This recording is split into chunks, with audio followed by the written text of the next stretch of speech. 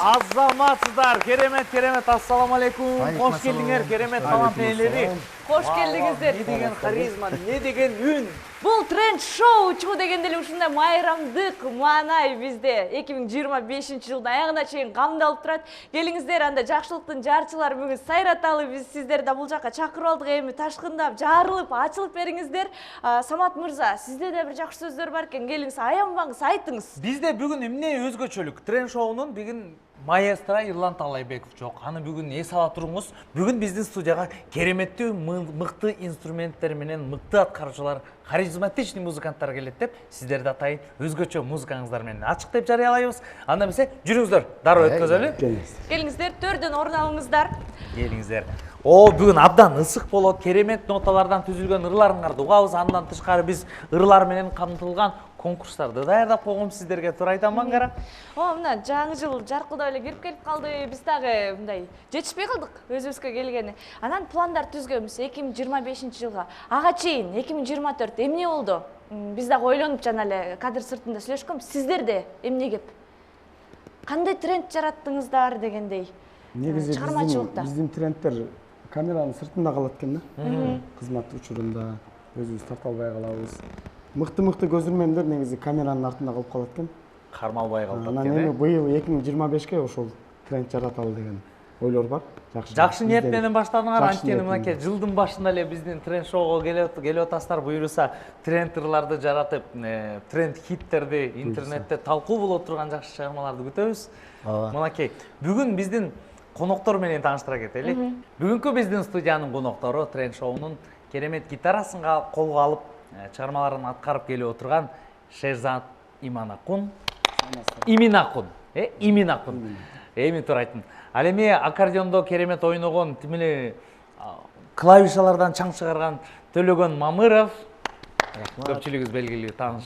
Ал эми бул жактагы инструменттин аты кандай эле? Дарбука инструментин ойногон Чыңгыз мырзага калчалар болсун. Хош келдиңер. Кандай келип алыңыздар? Жаңы жылды кандай тосуп алыңыздар? Ангарада сиздерге азыр моундай күп эткен суроолор бар, ошонун баардыгын берип баштайт. Абдан жакшы келдик, даярдык жакшы, мыкты. Анан алдыда көрөбүз да кандай болот. Аябай жакшы маанайда келдик. Студияда көңүлүбүз көтөрүлүп калды. Анда да 24-жылда ушул жандуу аспаптар менен элибизде суроо талаптар көп болду. Анан бул камерага тартылбай калгандыктан көргөндөрдүн гана арасында аябай талкуу жаратты. Саясат күчтүү. Анан 25-жылга буюрса эми интернет айдыңында дагы тренд деген шоудан баштадык. Буюрса интернет айдыңында дагы өзүнчө бир тренд жаратабыз деп турабыз. Ийгиликтерди каалайбыз. Рахмат. Анан эми жаңы жыл болуп аткандан кийин дароо эле сурап салайын, 2025-ке ошондо мындан тышкары дагы кандай пландар бар? Мындан трендтен тышкары эми өзүбүз жекече ырдайбыз. Клип тарттык. Жаңы чыгармаларды даярдап жатабыз. Төлөгөн досум дагы жакшы чыгармалар даярдап атат. Экөөбүз күнүгө эле биргебиз негизи. Чыгармачылык менен алышып жүрөбүз. Чыңгызга дагы жакшыларды жазып дегендей. Негизи тандем жакшы башталды да. Анан дагы бир жакшы мындай жаңылык дей албайм, бирок жакшы ниетибиз бар. 25-жылда Шерзат досубуздун да бир башын эки кылалы деп. Акырын суурап айтып коеюн. Дагы тренд болот да ошондо. Жеңебиз барбы же жокпу?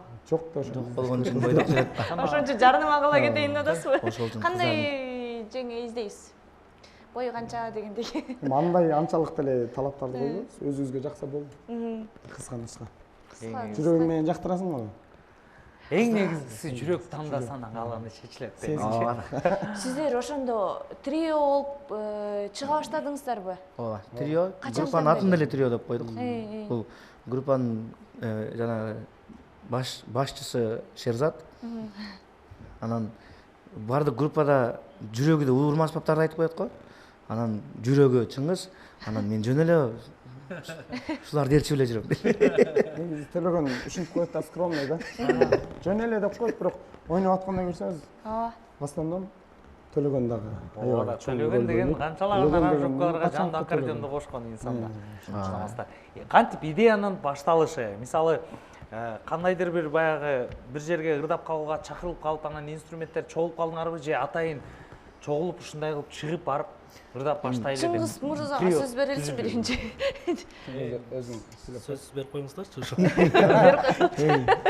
Келиңиз сөз сизде. Ошо кандай болуп калды? Ким идеяны Кантип башчысы түзүлдү? Иске деген? досум, сен өзүң кошулган тууралуу айт. анан калган Ачылгандыгы тууралуу Шера өзүн мактай албайт да. А мен мактап коеюн деле. Саламатсыздарбы? Биринчиден учураша кетейин. Биз бул жигиттер менен уже 11 жыл болуп калды да. Чогуу жүргөнүбүзгө, чогуу таанышканыбызга. Анан 11 жылдан баштап эле музыка чөйрөсүндө жүрөбүз. Ар кимибиз ар жакта. Анан досум чакырып калды. Конокко. Келип биздин ушундай состав кылалы, иштеп көрөлү деп. Анан иштеп көрдүк. Аябай элге да жагып атат. Жакшы келип Өзүбүзгө да жагып атат. Азаматтар, сөзсүз түрдө сиздерди өзгөчө ушундай жанды аспаптар менен азыр биздин маданиятка чоң салымын кошуп аткан инсандар, мыкты топтордун бири болуп келе атасыңар. Ийгиликтерди каалайбыз. Аз убакыт болсо да мына билип калдык. Ошондуктан биз Тренд шоуга чакырып отурабыз сиздерди. Сөздөрдү кыскарталы, керемет инструменттер менен, керемет талант ээлерин, кереметтүү чыгармалар менен биргеликте балкып угалы. Келиңиздер анда эмесе. келиңиздер, анда эмесе биз дагы ушул элибиздин жакшылыгында суроо талапка ээ болгон чыгармалардан аткарып берелик, бир аз шаңдурага. Текон баштап бер анда.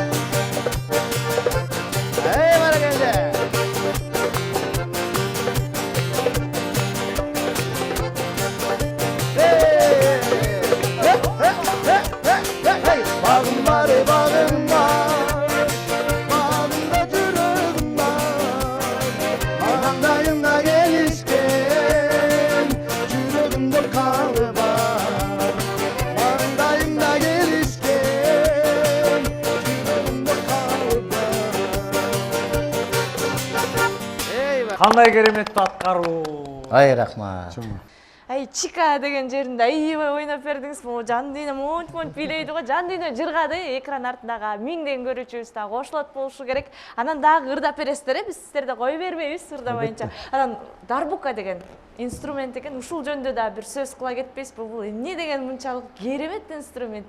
Жөн отурган адамды тирилдип, бийлетип жыргатат экен.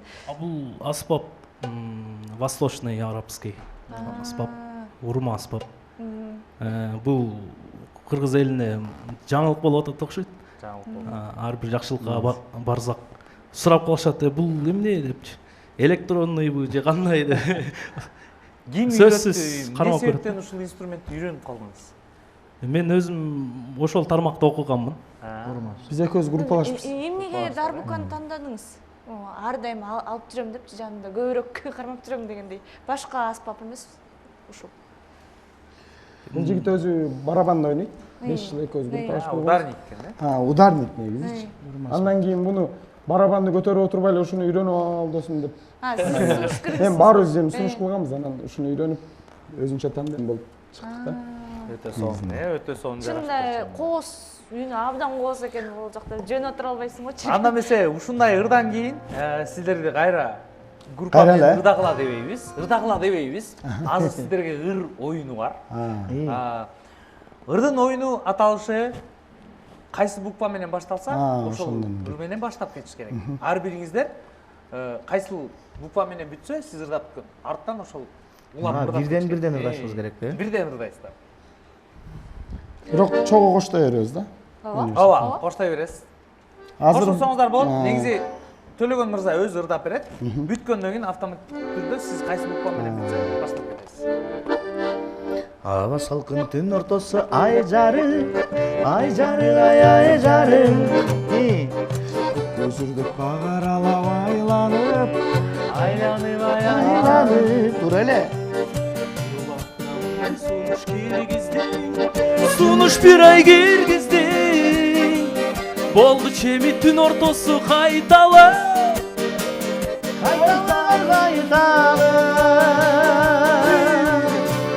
Kucaktadım men sen jaka ıktadım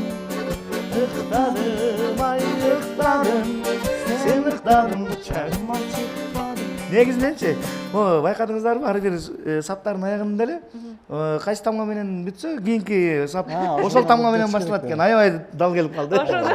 Ошондо баарыбыз бир чыгарма менен тапшырманы аткарып койдук. Мүмкүн башка ырды ырдатабыз анда. Жок, мындай кылалы. Эми ырларга А менен башталса, сиз А менен баштайсыз. А менен башталганда кийинки ыр. Ушул ырдырдай. А менен бүтүрөбүз. Alatoy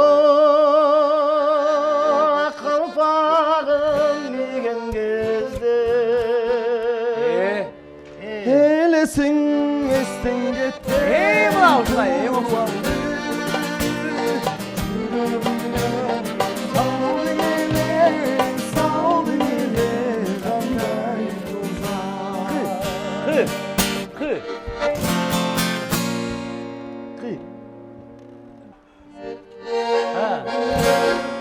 Çike tatlı jay. Таптыбы?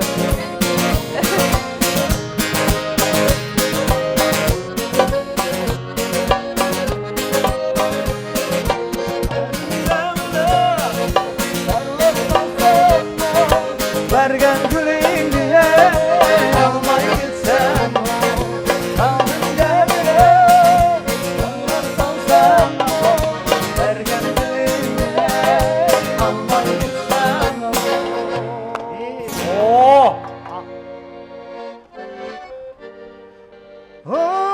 canım algaçkı makabatım Geçirimde ten almadım.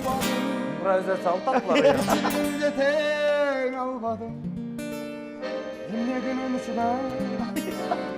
Emi sen başkaga gelinsin.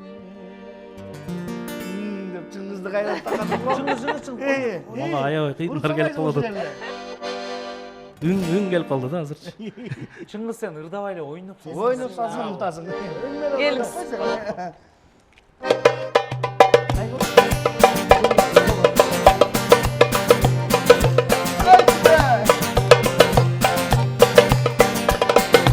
Азаматтар, идея. Жигиттер, мындай кылбайлыбы? Жаңы эле байкадык, импровизация менен эле ырды чыгарып салдыңар. Тренд шоу, жаңы жыл, Ангара биздин УТРКны кошуп ыр чыгарып келечи. койкуй кандай болот анда Мелодияны бар. сөз жазган Мынакей, чыныгы таланттар импровизация менен. Бириңер ырдап барат. барбы бизде? Жок, бул жерде эми тамаша иретинде да баягы сиз ырдап баратып бүткөндө улап кетиш керек. Жаңы жыл. А Чыңгызга келгенде Чыңгыз ырдабай эле ойноп койсоңуз баарын келтиресиз. Тренд шоуга келип ырдап жатабыз Kadın bulsa bugün canı cıldabı. Canı cılda oynap gülüp bizleri kaybı sola tava. Beni bizde anti uylaydı. Dediler. Beni bizde anti uylaydı. Ümüyle vardı. Келгиле андан көркө утеркада бирге жыргайбыз. Сөйлөгөни. Кетти сөйлөгөни. Сөз кетти.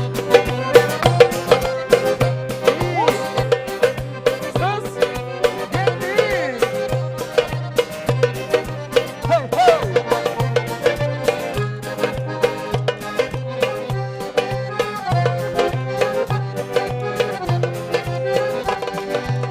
Habibi ya nur ya ne. Bol. Ендігі тірі шоуға даяр реклама.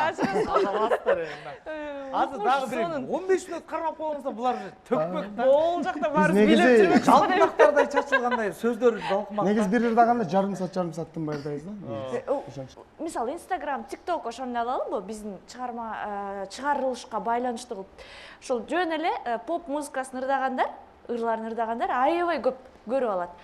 Ушундай аспаптар менен ырдагандардын көрүүлөрү кандай болуп жатат? Азыракпы? Чынын айтканда жандай эмеспи? Негізінде біз Instagram, TikTok деген нерселерге салбай элебиз. Азыр бир аз бышырып дегендей. Биз дагы жаңы эле чогулдук да. Бышырып, анан көбүнчө биз тарыхчаларга бөлүшүп турабыз. Азырынча. Көрүүчүлөрүңүз канча жашта? Көбүнчөсү? Улуумун орто жаштагылар. Жаштар деле бар. Жаштар Бизде мындай биз барганда аудиторияга карап ырдайбыз да. Улуумун болсо улуумундарын ырдайбыз, жаштар болсо жаштардын ырдайбыз. Жаштардын ырын уксак болобу? Мен үчүн ырдап Болор. жатасыздарбы? Ким билет. Кеттик анда сөйлөп деген Жаксы мырзанын ырдын ырдап берели.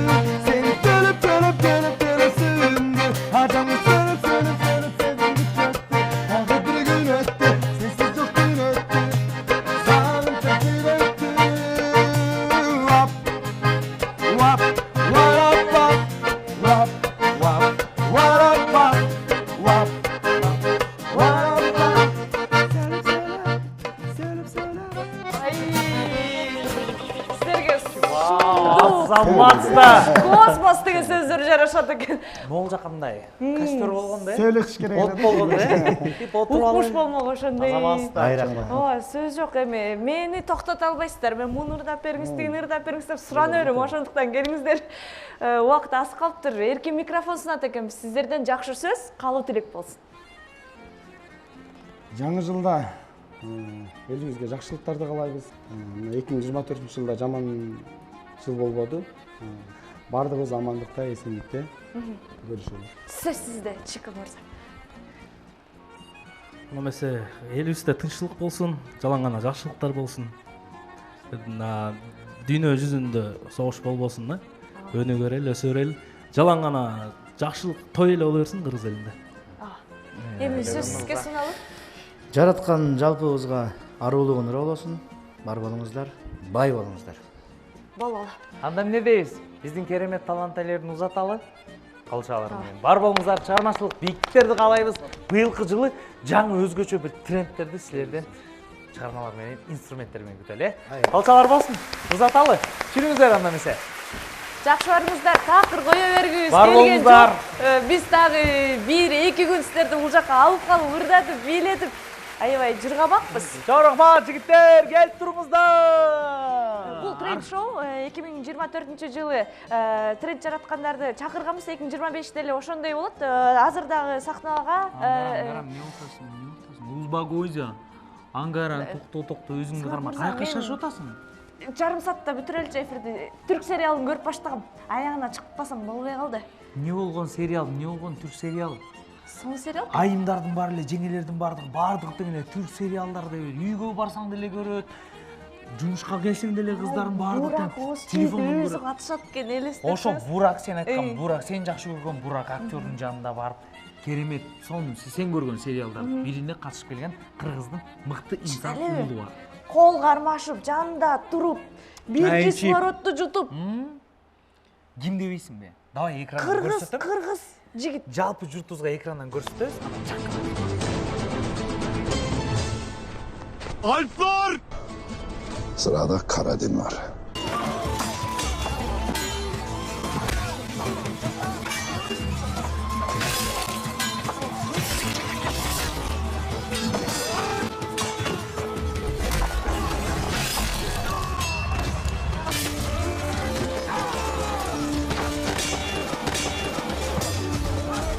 Sözlerime kulak verin.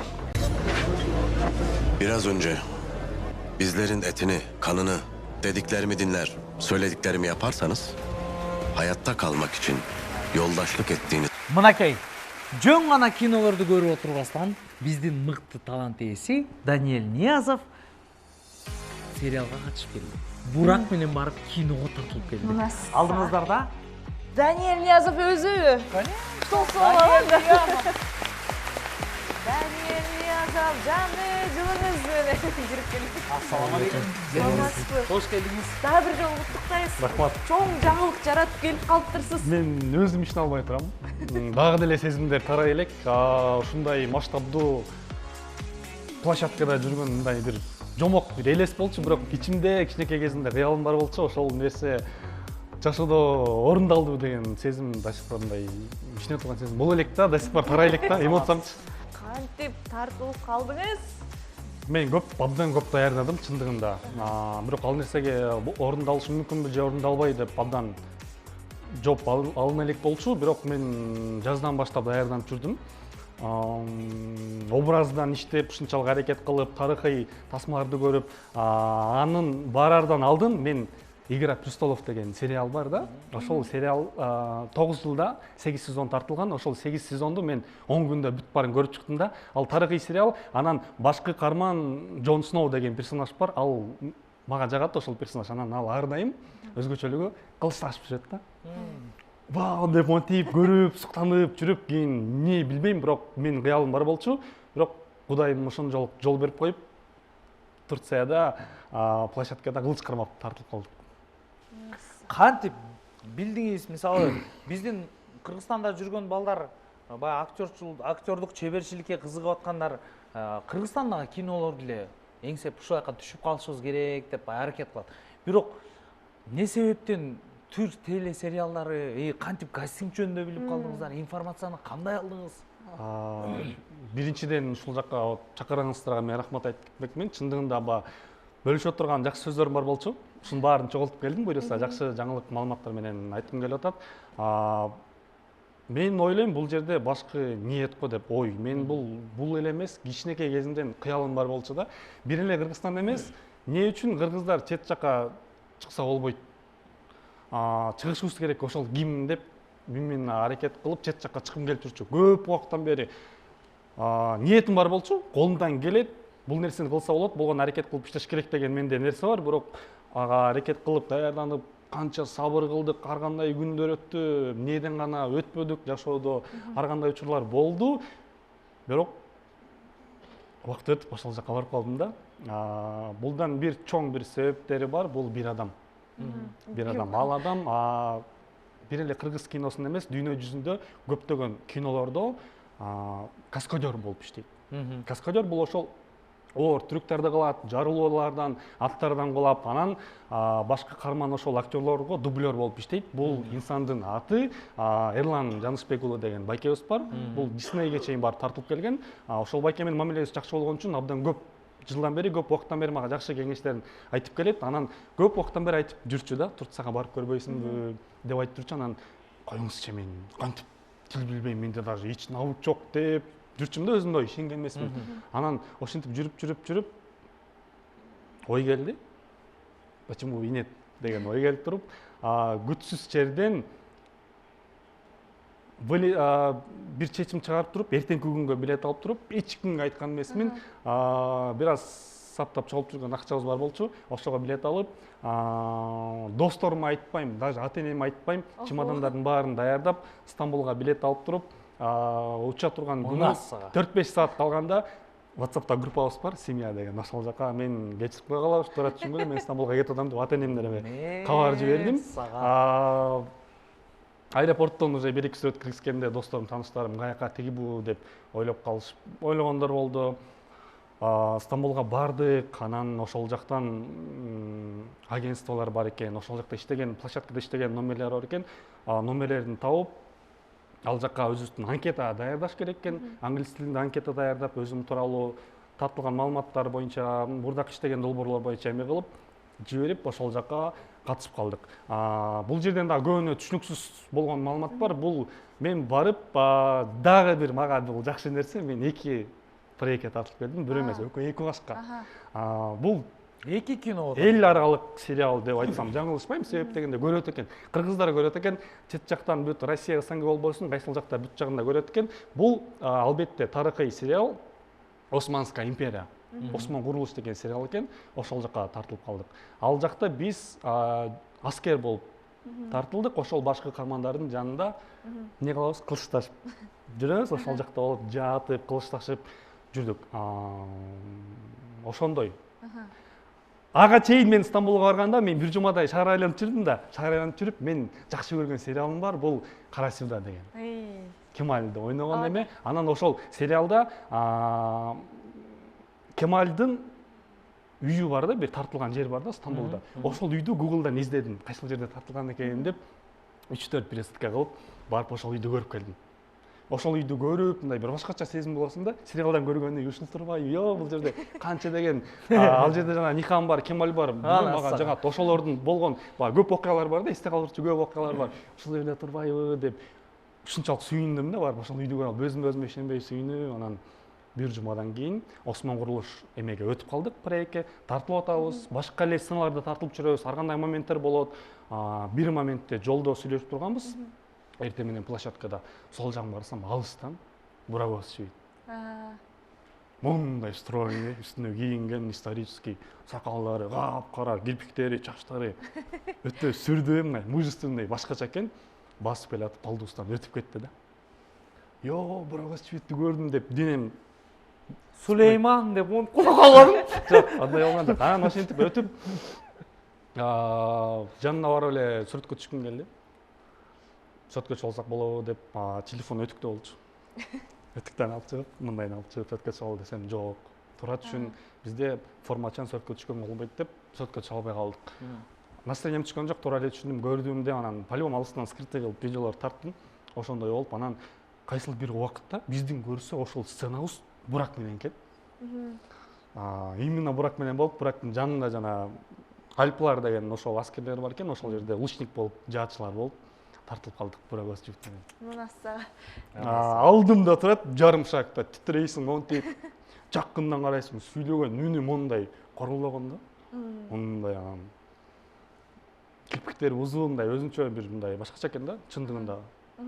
Сериалдарда, телевизордо кандай болсо, жашоодо да ошондой экен. Ушундай татынакай, чыкыйган, Ооба. зыңкыйган. Ооба. Анан ал жактан тартылып баратып, андан сырткары дагы экинчи проектте айта кетсек, ал ошол Салахаддин Аюби деген ал дагы тарыхый сериал экен. Аны Туркиянын эң алдыңкы ТРТ1 деген каналы бар, ошол каналдын заказы менен тартылып келаптыр.